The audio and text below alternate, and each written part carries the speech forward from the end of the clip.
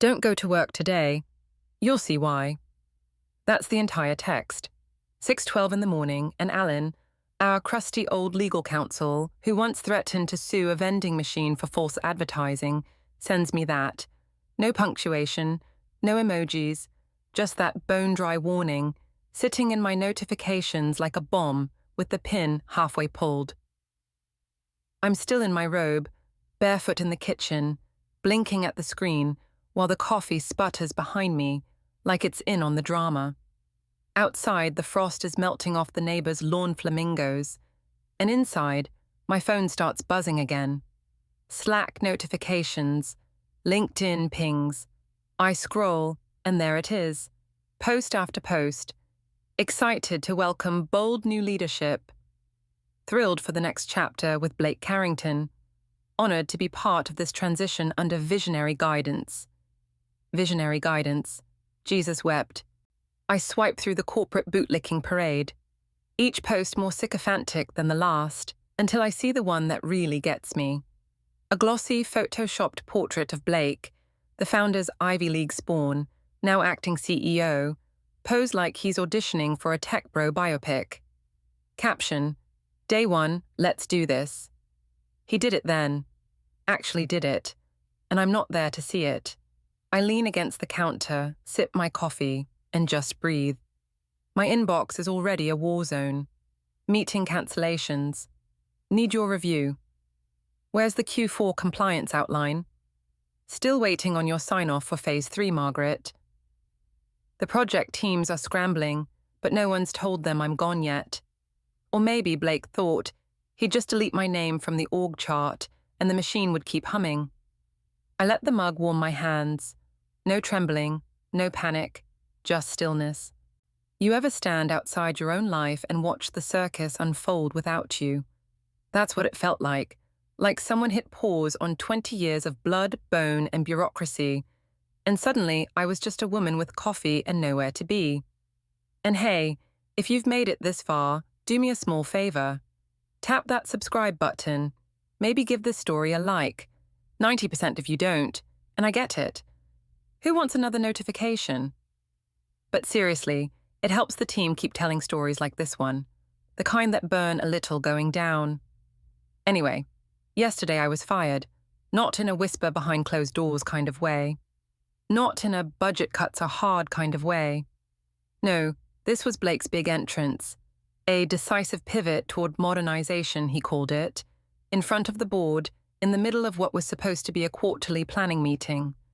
He stood at the head of the conference table like he was pitching a Shark Tank idea, not gutting a department. You've analyzed the org chart and found redundancies in operational oversight, he'd said, voice slick with the confidence of someone who's never filed a government contract in his life. Effective immediately, Margaret's role is being sunsetted. Sunsetted. I didn't speak, didn't flinch, just picked up my planner, slid my badge across the glass table, and walked out. I remember someone, maybe Diane from finance, reaching toward me like she might say something, but nothing came out. Just wide eyes and that awkward, airless pause that falls over a room when someone realizes they've witnessed a mistake in real time. Blake never looked up, and now I'm here, still in my robe, watching the empire he thinks he runs unravel like cheap thread. The thing is, he doesn't know about Clause 17.2. No one does. Not really. Not until they need it. I glance at the framed photo on the wall. Our team from the early days, back when the office carpet still smelled like drywall and hope. I remember filing the paperwork myself, drafting the continuity agreement with Alan, ensuring that Phase 3 of our $900 million contract couldn't move forward without the named compliance officer's physical presence. A clause nobody cared about until they did. And guess whose name is still on it? I smiled just a little. The muffins in the oven are rising. My inbox is in flames. And somewhere in a glass conference room downtown, Blake Carrington is about to learn what happens when you fire the woman holding the fuse. The morning light had barely settled on the 42nd floor when the meeting invite dropped. Subject line: Leadership realignment, 8:30 a.m., mandatory, No agenda, no context, just a time, a room number, and a sinking feeling that made my stomach clench harder than the expired yogurt I'd accidentally eaten the night before. I showed up on time because, of course, I did. 2 decades in this company, through mergers, layoffs, and the time the building caught fire because some idiot microwaved foil. I was the one who still brought a notepad to meetings, who remembered birthdays, who could spot a compliance risk before legal even finished the coffee. I ran operations like a spine ran a body, silent, firm, necessary. And I was about to be amputated. Blake stood at the head of the table like he was about to bless the wine. Fresh navy suit, pocket square, folded like origami, smile so white it probably had its own line item on the dental budget. He opened with a joke, something about shaking things up, and the board chuckled like trained seals waiting for fish. Then came the slides.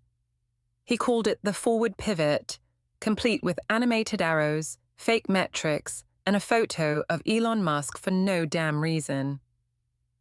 Moving away from legacy workflows and into agile verticals, he said, like he was auditioning for Tech Dayton. To that end, we've identified key structural redundancies. And there it was, my name up on a screen next to a red X and the words, Roll Sunset Recommendation. I didn't hear the rest. I heard the blood in my ears. I heard 20 years echoing in my skull. Late nights, red eyes to Sacramento, calming clients mid-crisis, hand-coding audit responses when we couldn't afford interns. I heard every holiday missed, every anniversary dinner rescheduled, every time I answered the phone at 2:14 a.m. because no one else knew how to fix the vendor portal when it crashed. Now I was a line on a slide, a footnote in Blake's performance theatre. He kept going, still smiling. We appreciate Margaret's contributions, but this move is essential for streamlining future operations. Essential. There was a murmur around the room. Not outrage, just discomfort. Like people weren't quite sure if they were supposed to clap. Alan, the legal counsel, looked like someone had just farted under his chair. He didn't blink, didn't speak, just crossed his arms and stared at Blake with that squint he reserved for dumb contract clauses and even dumber people. I stood, smooth. No chair scrape, no dramatic pause, just stood, pulled my badge from my lanyard, set it gently on the glass table. For a second, I caught Blake's eye. He smiled again, tight this time, like he thought he'd won something. I didn't say a word. I just walked out, past the portraits of former founders, past the receptionist who half stood like she didn't know whether to hug me or call security, past the security guard who gave me a nod like he already knew the truth. Outside, the wind was bitter. I didn't zip my coat. On the drive home, I didn't cry. I didn't rage. I just watched the frozen parking lots roll by and let the silence stretch out, long and strange, like my life had dropped into neutral and was coasting somewhere new. That night, I deleted nothing. I saved everything, my contract, the compliance clauses, the vendor logs, the email chains, all of it backed up to 3 drives and a password-protected folder Alan didn't even know I still had access to. 'Cause here's the thing, I don't rage. I don't throw things or sob in public restrooms or post passive-aggressive Bible verses on Facebook. I wait, I watch, I document. Blake thought he made a move, but he doesn't even know the game. Not yet. The house was too quiet. Not the bad kind of quiet, like after a fight or when the power goes out and the fridge hum disappears. No, this was different. A clean quiet, the kind that slips under your skin and settles there. Just warm enough to remind you you're alive, but cool enough to make you wonder what the hell is coming next. I was standing in the kitchen in socks, watering my half-dead basil like it hadn't already given up on me last October. Sunlight spilled across the counter, catching the chrome of the stand mixer I never used, unless I was angry or about to commit tax fraud via banana bread. This morning, I chose muffins, blueberry with real butter, not the off-brand garbage Blake had stocked in the break room after his first budget audit. The batter hissed slightly as I spooned it into the tray, calm, focused, like a surgeon before the first incision. Across the street, my neighbor Tina was out with her yappy poodle and thermal mug of pumpkin spice something. She waved, squinting. "Aren't you usually gone by now?" she called out. I shrugged. "New schedule." She laughed, not getting it, and toddled down the sidewalk, talking to the dog like it paid rent. Inside, I opened my laptop. Not work, just the dashboard I'd built for myself over the years. Ops pulse, vendor syncs, compliance task queues. It wasn't connected to anything sensitive, no contract violations here, but it showed the heartbeat of the project, and right now, flatline. Emails were stacking up, 32 and climbing, project leads asking for framework clarifications, Phase 3 approvals. Where was the checklist? Who was signing off? Had anyone seen Margaret? They hadn't, and they wouldn't. Slack channels buzzed with confusion, a thread in Heshad compliance at chat. Is someone else handling the Tier 2 approval? I thought we were still waiting on Margaret's sign-off. Wasn't she on PTO? Didn't Blake fire her? Then it went quiet, like the air after lightning hits too close. Meanwhile, in my kitchen, smell of baking filled the room like nostalgia on a leash. I flipped on the old radio, the one that still picked up static from the power lines, and classic rock, a bit of Boston. I turned it low and watched the inbox keep ticking. Something about absence makes the noise louder. I wasn't responding. I wasn't even refreshing. I just let it roll, slow and inevitable, like floodwater down a basement stairwell. The project, our biggest contract, our crown jewel, was tilting. Not because I was special, not because I was some corporate martyr, but because the damn structure was never built to stand without someone who actually knew it. And Blake, genius that he is, hadn't read the manual. I moved through the house like I had nowhere to be. Folded laundry, unloaded the dishwasher, opened a cabinet, and laughed when I saw the mug that said "World's OK as boss" from the year we survived the ransomware attack and still made bonus. I used to sip coffee from that mug while rewriting vendor scripts at midnight, keeping our Phase 2 rollout on schedule. Now it just felt like a relic from a version of me who thought loyalty mattered. I took the muffins out, perfect dome tops, golden fluffy, like promises before a layoff. The inbox ticked again. 49 unread, then 52, then a ping. Alan, one message. They're starting to notice. That was it. I set the phone down, let it buzz on the countertop like a dying bee. The emails could wait, the Slack pings could rot. Let them scramble, because in the quiet I finally heard the truth. I wasn't missing the chaos. The chaos was missing me. Blake had them eating out of the palm of his manicured hand. The emergency session started at 9 o'clock sharp in conference room A. Blinds drawn, phones off, water poured by some poor intern, who probably still thought disruption was a good thing. The board trickled in, some grumbling, some curious. A few wore the expressions of people who'd bet on a horse, just to find out it had 3 legs and asthma. Blake stood tall, hair too perfect, tie too bold. His laptop projected slide 1. Visionary leadership realignment for scalable growth. Alan was already seated in the corner, didn't even look up as Blake launched into his pitch, facing the room like a man who thought charisma could plug regulatory holes. His slides were sleek, buzzwords polished like showroom sedans. Future-facing verticals, efficiency optimization, agility at scale. He even threw in Web 3 ready, and no one had the spine to ask what the hell that meant in operations compliance. Then came the big swing.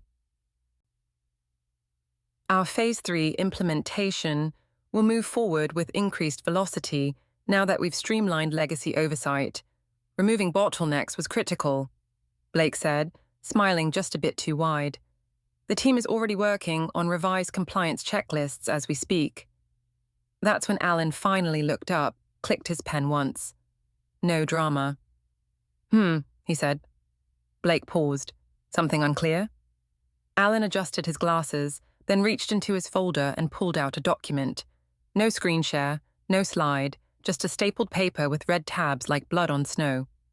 He cleared his throat, flipped one page, and began reading. Clause 17.2. In the event of personnel changes, the named compliance officer, listed in Appendix B, must be physically present to authorize all activities tied to Phase 3 execution. In absence of said officer, operations must immediately cease until a formal replacement is approved by the client's legal team in writing, with a 14-day review period. Silence. Someone near the window coughed. One of the board members, Gail, I think, blinked twice, then slowly swiveled in her chair to face Blake. Alan kept going, voice dry as Arizona dirt. Appendix B, updated July 14th, still lists Margaret Alcott as the sole named compliance officer for the $900 million government infrastructure contract, currently defined as Phase 3. The room stopped breathing. Blake opened his mouth, closed it, opened it again like a trout on a dock. That can't be right. She's not even with the company anymore. Alan raised one eyebrow. And whose decision was that? No one answered. Another board member leaned in. Wait, so you're saying we can't legally move forward with anything until Margaret is reinstated? Alan smiled thin. Correct. Blake stammered. Well, can't we just name someone else? Alan didn't blink. Not without formal approval from the client's oversight committee, and that committee is cautious. They like continuity. They like consistency. They don't like surprises, especially not when they're wiring $900 million. More silence, the kind that hums in your ears and makes your teeth itch. Alan leaned back, steepled his fingers. Her removal without pre-approved transition paperwork automatically triggers a breach notification, which in turn requires us to report it to the client's compliance division within 24 hours. And if Phase 3 activity continued past that point, liquidated damages. How much? Someone whispered. To the tune of $150,000 per hour, Alan finished. That did it. The founder's brother, Stanley, who'd retired 3 years ago but still had honorary voting rights, slammed his hand on the table. Who the hell let this happen? Eyes turned. No one spoke. Blake was sweating now. Literally, his collar had wilted, and that perfect tie looked more like a noose. Alan folded the document and tucked it neatly into his folder. Gentlemen, ladies, we haven't even received the client's breach inquiry yet, but we will, likely today. He stood slowly. When that happens, the project shuts down, dead, and there is only one person who can authorize its restart. He didn't say my name. He didn't have to. They all knew. At 10:06 a.m., the first alert hit engineering. Subject line: Urgent, stop work order, Phase 3. By 10:12, the development team in St. Louis was booted out of the portal. Access denied. Secure systems grayed out like a power outage. Calls to the vendor support lines rang unanswered because they got the same alert. One read it out loud in disbelief. Due to non-compliance with Clause 17.2 of the Continuity Agreement, all activity related to Phase 3 of Contract 9.114B is hereby suspended until further notice. Do not proceed. Do not override. At 10:23, the Baltimore vendor pulled their people from the site. Cables half-laid, monitors still humming. They packed up without explanation, leaving their client-side liaison blinking in the dust. By 10:31, procurement froze all PO authorizations tied to Phase 3, down to the coffee filters and backup diesel for the server bunkers. And by 10:47, the client's legal office sent a single brutal message to our general inbox. We are formally notifying your company that continued work without the named compliance officer present constitutes breach of contract. You are instructed to cease all activities immediately. Penalty enforcement begins as of 09 Hancock this morning. We'll be monitoring your systems. Do not test us. $150,000 per hour starting from 9 sharp. 12 missed hours by end of day. $1.8 million. And that was just the opening act. Inside HQ, the lights were still on, but Blake's charm had already died. He stood in the middle of the operations command room, flanked by analysts too young to shave and advisors too gutless to speak. Someone printed the stop work order, someone else highlighted it like yellow ink could soften the blow, but nothing helped. Every vendor was frozen, every timeline dead. The whiteboard that once tracked milestones now read, "Who is named officer?" in frantic red expo marker. Down the hall, legal's door was shut tight.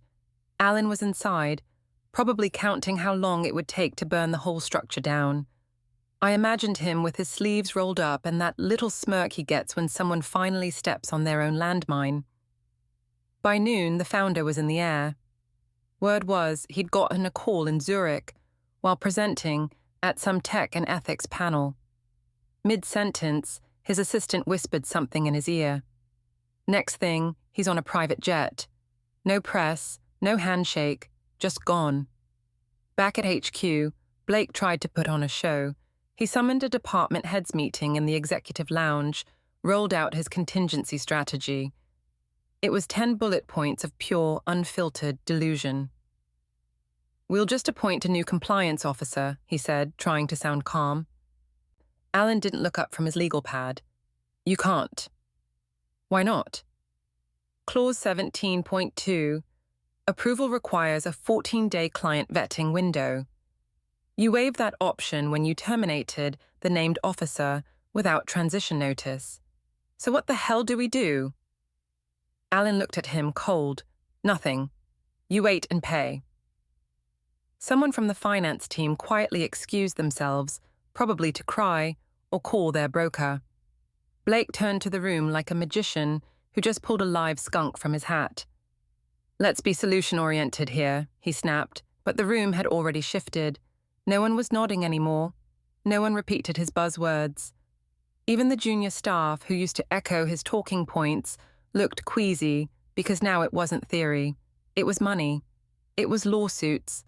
It was blood on the spreadsheet. And I was home watching it unfold from 3 time zones away, eating a muffin with blueberry still warm in the middle. My phone buzzed. Alan again.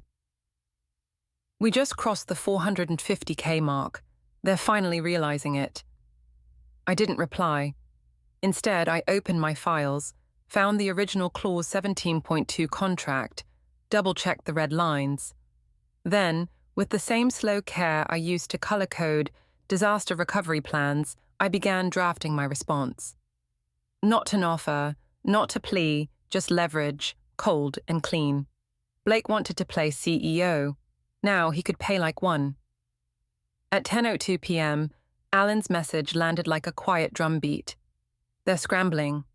No emojis, no punctuation, just 3 words. Sharp and surgical. I was in the sunroom, legs curled under me, mug in hand, cold tea by then, long forgotten. Outside, the neighbor's lawn guy wrestled with a weed whacker like it owed him money. But inside, the stillness felt orchestrated, like the house was holding its breath, waiting to exhale. I didn't rush, I didn't fumble. I set the mug down, wiped my hands on my jeans, and walked to my desk with the kind of calm you earn only after being underestimated for too long. The laptop hummed awake. First, I pulled up the contract directory. My personal backups, all clean, time-stamped, double-verified. I opened the original Phase 3 compliance charter. Every revision, every annotation, every signature in digital ink, right down to the time Blake's father, Harold, signed the continuity clause during a migraine and didn't even read the final line. I did. I wrote the final line. Clause 17.2 had always been mine. not just legally, but strategically. I embedded it when I realized no one else would fight to protect the operational spine of that $900 million monster of a project. I had stayed up past midnight redlining versions, predicting worst-case scenarios. The boys in the C-suite laughed off as paranoid fiction. Turns out, I don't write fiction. I write insurance policies with teeth. Alan pinged again. Blake just asked if we can fast-track a replacement named Officer. Client says no, they want you, specifically you. I didn't smile. I didn't gloat. I just breathed. Another message came, this one more cautious. Would you consider returning officially? I leaned back in my chair. Outside, the wind rattled the maple tree by the fence. A leaf landed on the glass, dead center, bright orange, almost too perfect. Then I clicked over to my personal agreements folder. Pulled up the PDF I'd kept untouched since the day it was signed. Margaret Alcott. Consulting Agreement, Phase 3 Life Cycle. Signed by me. Signed by Harold Carrington. Dated. Notarized. Ironclad. Final page held the clause Blake never bothered to read when he fired me. Named consultant shall remain active for the life of the project unless terminated by mutual agreement or in the event of consultant's death. And guess what? I was still breathing. I attached the file to an empty email draft. No body text, no subject line, just that contract. Then I hit send. 2 minutes passed. 3. Then Alan again. Well played. I closed the laptop, didn't check the response, didn't need to. They'd read it. They'd read it slow. They'd pass it around like a ghost story told with the lights off, each line colder than the last. Blake would see his name, see his father's signature, and for the first time, he'd understand what continuity really meant. The foundation was mine, the keys were mine. They could dig through every binder in that office, flip every desk upside down. But they wouldn't find a single document that could unwrite what I'd built. I didn't need to shout. I didn't need to show up. I was already there, buried in every clause, laced into every deadline, alive in every dollar bleeding out by the hour. And now, finally, they knew it. The emergency board meeting started before sunrise, even touched the lobby marble. They called it for 6 a.m. Blinds closed, no coffee catered. Security posted outside the door like someone was going to try and make a run for it. No one made jokes. No one brought laptops. Everyone came with a folder and a face like they'd just gotten audited by the IRS, and Satan at the same time. At the center of it all, Blake, the prodigal idiot in a wrinkled suit jacket and hair that had clearly been styled in a panic. He stood by the big screen, holding a laser pointer like it might deflect liability. His voice had lost that practiced TED Talk edge. It cracked now, trembled at the edges like a kid bluffing his way through a book report he never read. He was already mid-sentence when Harold walked in. The founder, the man who built the company from a folding table and a dream about infrastructure that didn't collapse under pressure, unlike his son. No greetings, no warm return, just the sound of leather soles as Harold crossed the room, adjusted his coat, and sat at the head of the table like he'd never left. Blake stopped talking. Alan didn't. He stood slowly, a crisp sheet of paper in hand, the same document he'd already read aloud once, now recited again with the weight of judgment behind every syllable. Clause 17, 2, Alan said, voice low, clear. Named compliance officer must be present for all labor to proceed under Phase 3. In the absence of this individual, all work must halt immediately. No proxy authorization permitted without a 14-day vetting period. All parties were informed of this upon contract initiation. Appendix B names Margaret Alcott. Still active, still binding. No one breathed. Blake tried to laugh, just a little. Okay, so clearly that clause was intended to protect continuity in the case of turnover. Not, Alan cut him off. It was intended to prevent reckless disruption, like firing the sole authorized compliance officer without a transition plan, which you did in front of the board on your first day. Blake's face flushed. I was told we needed agility, streamlining. Margaret's role was redundant. Alan took a slow step forward. She built the role. Harold, who'd been silent, finally turned his eyes on his son. Cold, calculating, no rage, just disappointment distilled into something sharper. Do you even read the continuity documents? He asked. Blake's lips moved. No sound. The board shifted uncomfortably. No one wanted to make eye contact, not with Harold, not with each other. The only sound was the AC kicking on and the faint buzz of a light above, flickering like it too wanted out. Harold leaned back. You triggered a breach clause that's costing us $150,000 an hour. Blake tried again. Well, technically legal should have flagged that clause as... Alan let out a short laugh. Not kind, not amused. Legal wrote the clause. The silence was now radioactive. One of the finance directors, Miriam, always cautious, whispered, "How much are we at now?" Alan didn't look up from his folder. $1.2 million and counting. Harold closed his eyes for a long moment. When he opened them again, he didn't speak to Blake. He spoke to the room. What's our path to compliance restoration? Alan didn't hesitate. Reinstate Margaret, formally, immediately, with her original authority intact. Another board member coughed. Is she willing? Alan nodded. She sent her consulting agreement this morning. Still valid. Life of project. She never terminated it. We did. And she's still willing? Miriam asked, voice barely above a whisper. Alan paused. For a price. Harold didn't flinch. Then we pay it. He stood, adjusted his cuffs. Meeting adjourned. Blake took a step toward him. Dad, please.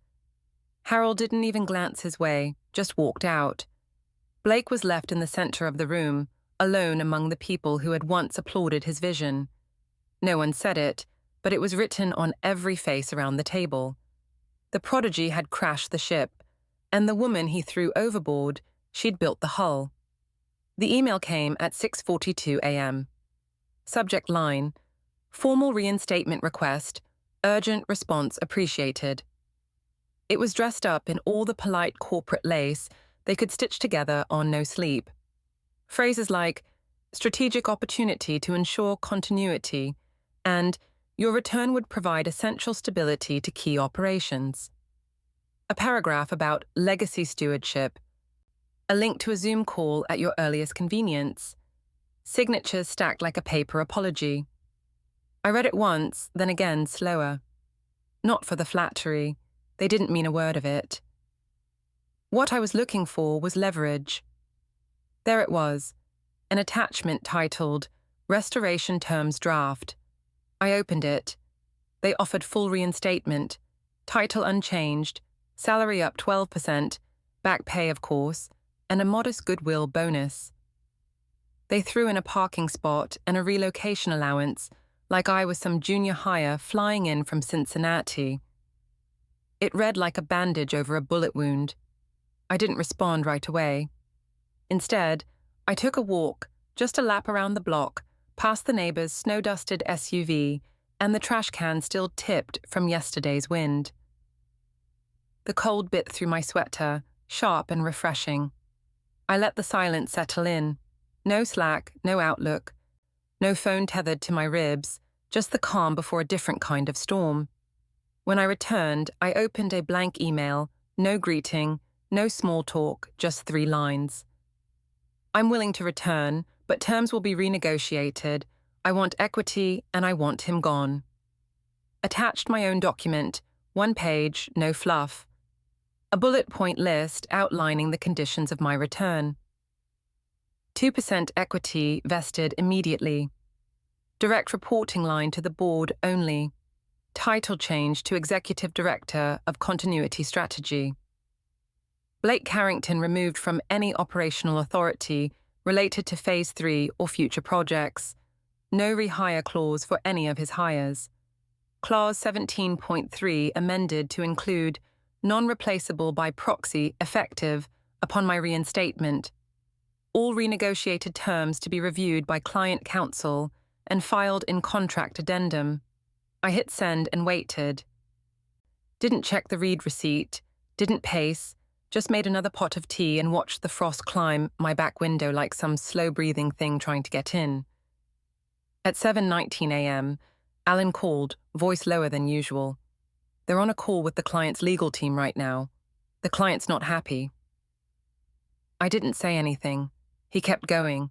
Client legal says, either you're reinstated or they walk. Full contract termination.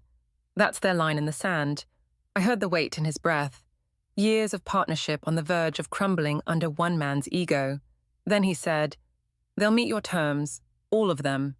Still, I didn't gloat. I didn't cheer. Just nodded to no one in particular. Blake? I asked. There was a pause. He'll be moved to a strategic advisory role. No contract access, no project authority. Just title and window dressing. Good, I said. We'll finalize the paperwork by end of day. It'd be great to have you on a call tomorrow to announce the reinstatement. I poured the tea. Tomorrow's fine, I said. I ended the call, closed the laptop, and looked out at the quiet street. The sun was creeping over the rooftops, warming the tips of trees that had stood through the cold. For the first time in months, the light didn't feel artificial. They wanted a leader to fix their mess, now they'd get one. On my terms. The conference room was different this time. No PowerPoint, no spotlight, no smug declarations about sunsetting legacy roles. Just a long walnut table, a dozen stiff suits, and the low hum of someone trying not to breathe too loud. It smelled faintly of stale air and whatever panic sweat Blake had soaked into the fabric over the past 72 hours. I stood at the end of the room, the badge still cold in my hand. Alan sat closest to me, flipping slowly through the packet labelled Contract Addendum, Alcott, Margaret, Phase 3, Continuity Authority. He didn't need to read it, he wrote it, but he did anyway for effect, for weight. Then he began, voice sharp enough to shave with. As of 10 o'clock a.m. this morning, the board has unanimously approved the reinstatement of Margaret Alcott under revised terms. Effective immediately, she will assume the role of Executive Director of Continuity Strategy. She reports directly to the board and to no one else. No one moved. Alan continued, flipping to the next page, like he was carving a gravestone. Under the amended Clause 17.3, the Name Compliance Officer role is now explicitly non-replaceable by proxy. Any future transitions will require her signature, pre-approved by the client, with a minimum 60-day overlap period. Any deviation triggers an automatic halt in operations and reverts full project control to Miss Alcott. Across the table, Harold sat with his hands folded, eyes locked on his son, like he was trying to recognize a stranger. Blake sat to his right, pale and quiet. He hadn't spoken since I entered the room. His tie was crooked. His voice, if he had one, was buried under the weight of every decision he made without reading what mattered. Harold didn't speak until Alan finished reading the last page aloud. Then, with the cold dispassion of a man counting his losses, he turned to Blake and whispered, "What have you done?" There was no rage in it. That would have been mercy, just resignation, just defeat. Blake swallowed hard, tried to form a sentence. Failed. Alan added, with no ceremony, "Blake Carrington will now serve in a strategic advisory capacity. All access to live contracts, client communications, and vendor systems has been revoked." The words hung there like a noose over a trapdoor. Nobody applauded, nobody clapped, not because it wasn't a victory, but because it was too precise, too deliberate. Applause would have cheapened it. I slid the badge across the table, same one I'd left behind. They hadn't even reassigned it. I picked it up, fastened it to my lapel. No words, just metal clicking back into place like the lock on a vault. Then I walked the halls, same walls, same plants, same corner where someone once left a crock pot plugged in for 4 days during Thanksgiving and nearly burned down half the server room. But the air had changed. People didn't look away. They looked up. Not with fear, not with fake smiles, just stillness, acknowledgement, not of power, of permanence. I passed the operations hub where 3 of my old reports were staring at a screen filled with red alerts. Alerts they now knew would vanish under my direction. No one said my name. They didn't have to. I reached my office. The nameplate had been removed. I took it from my bag, the one I'd kept buried in a drawer for years, peeled the backing, pressed it back into place, centered it with 2 fingers. Then I sat at my desk, opened the terminal, logged into the compliance backend, navigated to clause 17.3, clicked edit, and added one final line. Position designated as non-replaceable by proxy unless deceased or physically incapacitated. Authority permanent for project lifecycle. I clicked save. The cursor blinked once, then it stopped. You're the real MVPs of the office jungle. Thanks for watching. Retry.